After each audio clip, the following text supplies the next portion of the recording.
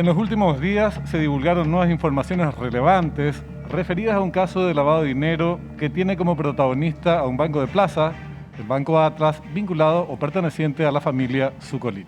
Hoy conversaremos con el periodista e investigador de esta historia en Fuego Cruzado.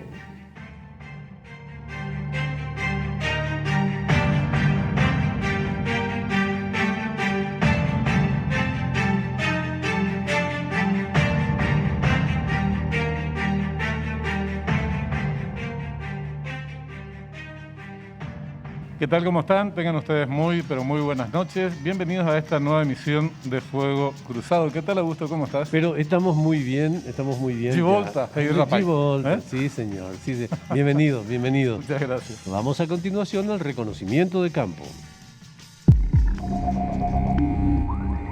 Según un informe confidencial de auditoría ordenada por la Conmebol, el Banco Atlas hizo caso omiso a señales de alerta sobre Nicolás Leos y autorizó fideicomisos por más de 40.000 millones de guaraníes.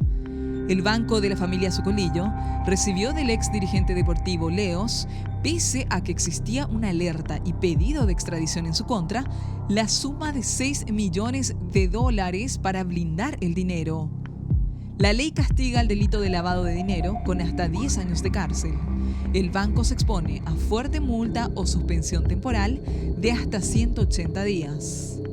Y esto sucede en tiempos en que nuestro país está en la lupa ante la examinación internacional en relación al tema lavado que se aproxima justamente Benjamín. Es así, que va a concluir en los próximos meses con un informe sobre la situación de nuestro país en esta materia.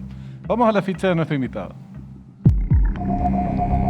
Jorge Torres Romero, periodista, conductor de la mañana de Radio 1 650 AM, Cara o Cruz y la Caja Negra de Unicanal, columnista en el diario La Nación y Hoy Digital, especializado en el área de investigación. ¿Qué tal, Jorge? ¿Cómo estás? Un gusto tenerte con nosotros. ¿Qué tal, Benjamín? Bien, muy bien. ¿Qué tal, Augusto? Pero estamos muy bien. Gracias por venir, Jorge. Gracias a ustedes. Explota en la FIFA el escándalo de esta institución mundial y ese tsunami tiene sus consecuencias en Paraguay. Y entre esas consecuencias hay una veta de investigación al respecto de la relación entre un dirigente internacional como Leos y un banco paraguayo como Atlas. ¿Qué habría sucedido desde las especificaciones de tu investigación? ¿Cómo podemos empezar a contar esa historia? Yo digo, esto, ya lo dijiste, caso FIFA Gate, el gigante, tiene sus ramificaciones. Dejamos de lado FIFA Gate y nos concentramos en Paraguay puntualmente y en el expresidente de la Conmebol, Nicolás Leos. ¿Por qué? Salta el escándalo de FIFA Gate, orden de captura internacional contra Leos en mayo del 2015. Junio de ese mismo año, un juez acá, local, pide orden, la prisión, emite orden de prisión contra Leos. ¿Qué mes decías? Junio. El primero es mayo. Te digo con precisión. 29 de mayo, Justicia de Estados Unidos comunica orden de captura internacional. 1 de junio de 2015, un juez paraguayo decreta prisión domiciliaria para Nicolás Leos. El siguiente año, 11 de febrero del 2016, se celebra 2 contratos entre Nicolás Leos y el Banco Atlas. 2 contratos fiduciarios. Casi, ¿cuánto? Un año después. Entonces, ante esta información que tenía el actual presidente de la Conmebol, Alejandro Domínguez Wilson Smith, ordena una auditoría interna. Fuera del caso grande FIFA Gate, ordena aparte una auditoría porque tenían información ellos de que se dio este contrato y un movimiento raro de dinero de Nicolás Leos. Y se ordena una auditoría interna en la Conmebol. Esa auditoría interna concluye y esa auditoría interna es la que nosotros accedimos el lunes a las 6:30 de la tarde y decidimos darlo a conocer el martes a la noche. ¿Qué dice esa auditoría interna? Se le contrata a un bufete de abogados, ellos hacen una investigación y revisan toda la documentación que había en la Conmebol, hace consultas, etcétera, etcétera. ¿Y qué dice esa auditoría privada? Encuentra que efectivamente se firma este contrato fiduciario 2 El primero, por valor, redondeo el número, $4 millones a nombre de Leos. El segundo, valor $2 millones a nombre de las hijas de Nicolás Leos. Y dice este informe de auditoría que no consta registro alguno por parte, en la carpeta ya fiscal que se abrió antes del caso, por el caso FIFA Gate, porque antes se abrió una carpeta fiscal y este grupo de abogados accedió también a ello y dice, no hay registro alguno de que se haya reportado esa operación, como la sospechosa. fiducia, ¿verdad? No hay registro de que se haya reportado. Lo que no sabemos a lo mejor existe, pero no hay registro ni en el Ministerio Público ni en ningún lado. No hay registro de que se haya reportado la operación. A raíz de eso, la Conmebol contrata a un abogado y este abogado presenta una denuncia penal el 4 de febrero pasado. Este año, 4 de febrero pasado, una denuncia penal por la presunción del delito de lavado de dinero, que involucraría a los directivos del Banco Atlas y también a Leos y a sus hijas, porque también figuran en el segundo fideicomiso. Se sustancia esta denuncia penal. Y acá viene una presunción. El 22 de abril de este año se hace el allanamiento al Banco Atlas. Hace la doctora Liliana Alcaraz. Como ella no habla, y yo quiero entender que no habla porque quiere resguardar la investigación para evitar chicanas, etcétera, etcétera, o para evitar recusación en realidad del término, yo entiendo que a lo mejor por eso ella no quiere hablar, pero todo indica que el allanamiento que le motiva al Ministerio Público del 22 de abril tiene que ver esta denuncia penal que se formuló el 4 de febrero de este año. Entonces acá saltan varias cuestiones. Por un lado, ¿el Banco Atlas reportó o no esa operación a CEPRELAT y a otros organismos? Porque en la ley establecen cuestiones puntuales que tiene que hacer, que no pasa solamente por un reporte de operaciones sospechosas, porque estamos hablando de mucho dinero y estamos hablando de una persona que tenía ya una investigación en curso, nada más y nada menos que una orden de captura internacional dispuesta por la justicia de los Estados Unidos. Y el banco estaba en conocimiento de eso. ¿Por qué?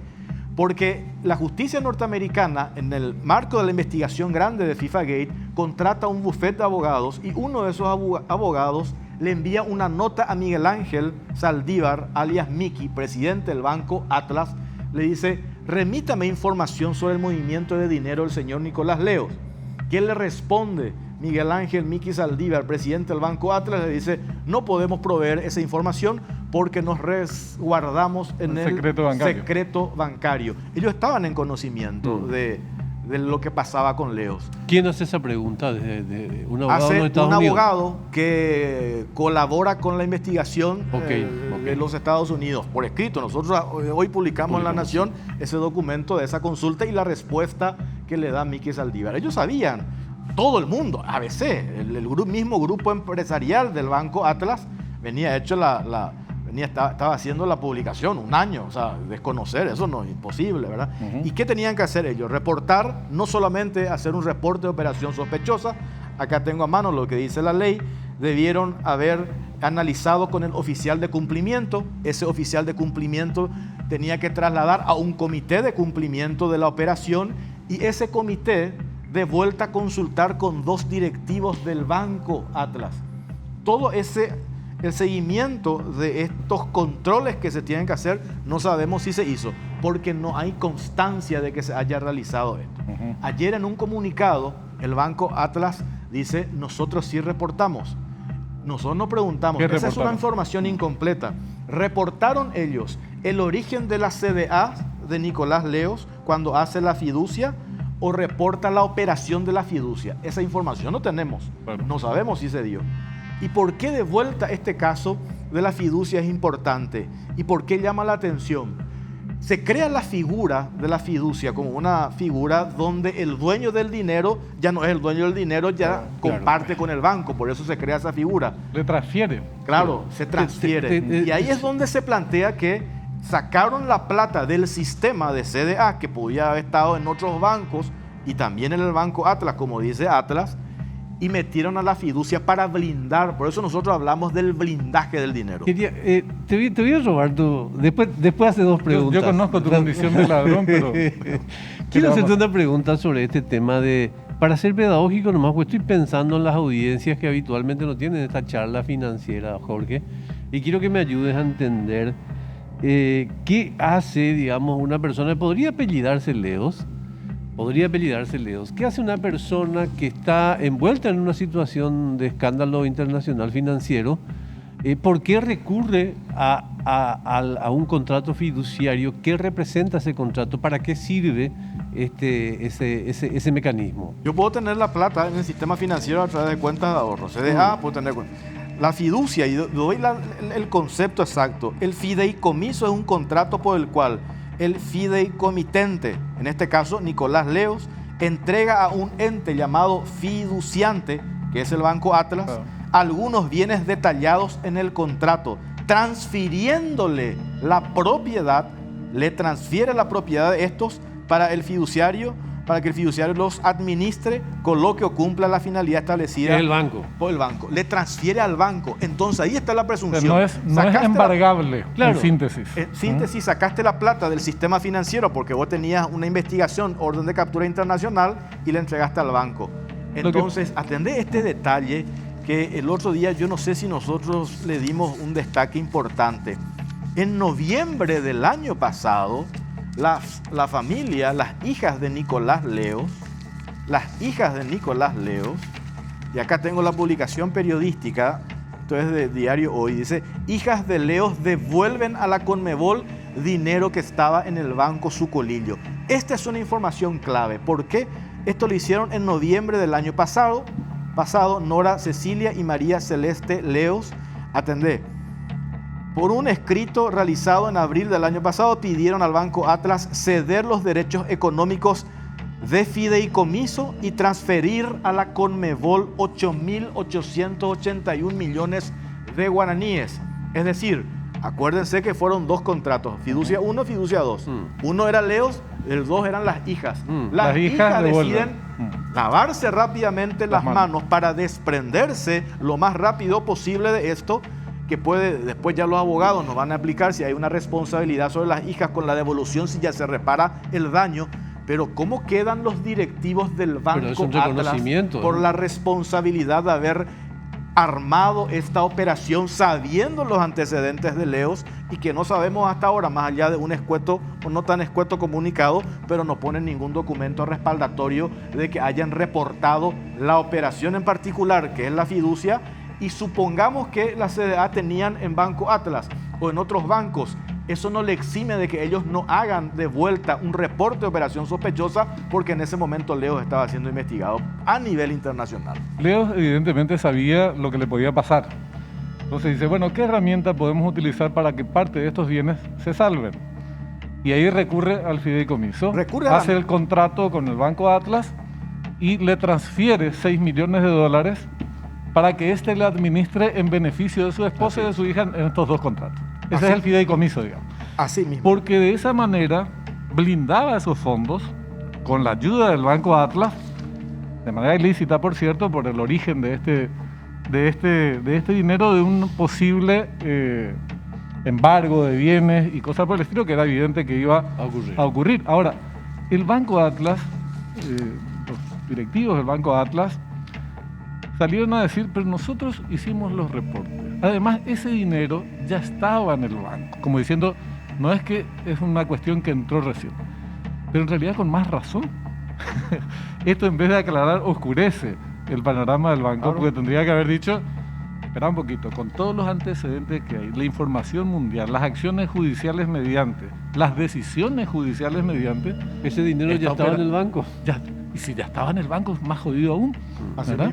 Entonces, el tema es cómo llegar al conocimiento de si esos reportes de operaciones sospechosas existieron, cuándo existieron, qué dijeron. ¿Cómo sabemos esto, Jorge? Es lo que queremos saber ahora. ¿Cómo llegamos Porque a eso? En la auditoría confirman los auditores que no se tienen y tampoco consta en el expediente de la carpeta fiscal, dicen los abogados. Entonces, los únicos que pueden darnos eso son dos instituciones. Una, el propio banco, si es que efectivamente lo tienen, o recurrir a la CEPRELAT y preguntarle a CEPRELAT. No sé si nosotros podemos hacer eso por el tema del resguardo y protección que tiene que ver con esos manejos, pero sí el Ministerio Público. Igual es muy raro que en la carpeta fiscal no figure eso. Es rarísimo, porque eso incluso le comprometería a CEPRELA, si es que tuvo una información y no dijo nada. Lo primero que se en el tuvo marco que de la haber hecho, investigación. si habría una investigación para este caso, lo primero que tenés que hacer es pedir el reporte. Y los abogados de la Conmebol que accedieron como parte a la carpeta fiscal dicen, pues acá no hay ningún registro de ese reporte. Claro.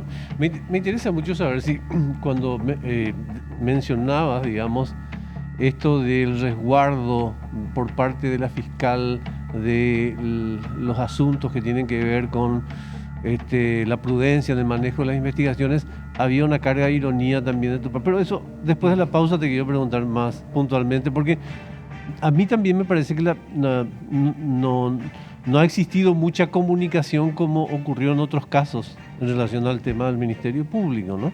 Vamos a una pausa y ya volvemos.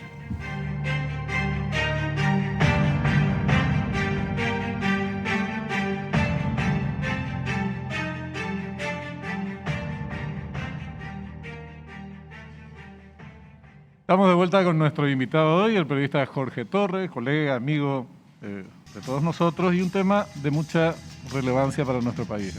Tal cual, tal cual. Y bueno, hago mucho más objetiva la pregunta. ¿Cuál es tu apreciación sobre la intensidad de la investigación del Ministerio Público sobre este caso? Yo de entrada no le quiero matar al Ministerio Público, por dos razones. Por un lado, el hecho, y esa es una realidad, cuando un fiscal se expone demasiado, los abogados del otro lado le encuentran la vuelta para utilizar lo que el fiscal declaró para plantear la recusación, por varias razones, ¿verdad? Y lo otro, yo creo entenderle a los fiscales porque el que está en la función pública sabe cómo funciona el diario de ese color. Ahí tenés el caso del juez Ovelar, el que tenía, ahora le recusaron, le sacaron de la causa el pleito con la ex viceministra de Tributación. Entonces, si la fiscal Liliana Alcaraz, que lleva la investigación, empieza a hablar, imagínense lo que ya fue allanar ese banco, le puede venir una campaña de todos los días de portada y le van a revisar hasta lo que no tiene esta señora. Entonces, estos funcionarios públicos hacen carrera dentro de la función pública. Entonces, yo por eso decía, yo quiero entender que está blindando ella su investigación, quiero creer eso, que está tratando de blindar y por eso no habla y por eso quiere cerrar el caso. Una vez que cierre, déjenme pensar bien, una vez que cierre, ahí presentarlo. Acá está el caso ya irrefutable, ahí hacer una acusación concreta. Porque no quiero creer lo otro, ¿verdad? El temor, si no, dejemos el Ministerio Público, dejemos la Fiscalía y vayamos a vender tomate al mercado 4. ¿verdad? Ojalá que sea así, pero los antecedentes que hay en nuestro país referidos a este grupo económico es que la familia Suculdía utilizó sus medios de comunicación, ABC en particular, justamente para coaccionar al Poder Judicial, político, todo el mundo, generar mucho temor en ciertos segmentos que son los que toman las decisiones y lograr también un nivel de impunidad muy grande. Y esto afecta a otros rubros empresariales en los que están metidos. Entonces, la Fiscalía, en este caso, no es un caso cualquiera, Jorge. Estamos hablando de si Paraguay, digamos, no resuelve correctamente esta clase de cuestiones, vuelve a la lista gris. Vuelve a la lista gris tiene implicancias económicas muy serias. Absolutamente. Y descartar por completo que alguna vez alcancemos... ¿Por qué nosotros agarramos este caso el grado de inversión y le damos tanta importancia? Porque nosotros todos los días, ustedes también reciben información y vos decís, ¿por qué esto es de interés general? Sí, así es. Nosotros estamos en pleno examen con Gafilar, en pleno examen, donde están a prueba la Corte Suprema de Justicia, el Poder Judicial, la Fiscalía, el Poder Ejecutivo, el Parlamento, la prensa, todos estamos en expectativa, en prueba, o a prueba. Este tiene que ser una causa nacional, independientemente.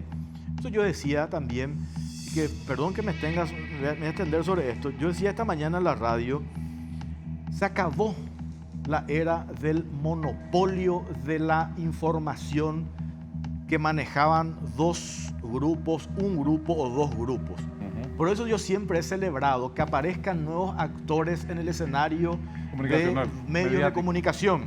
Que haya aparecido Cartes, Harrison, Petengil, yo digo, al final, finalmente con eso Claro. gana la gente.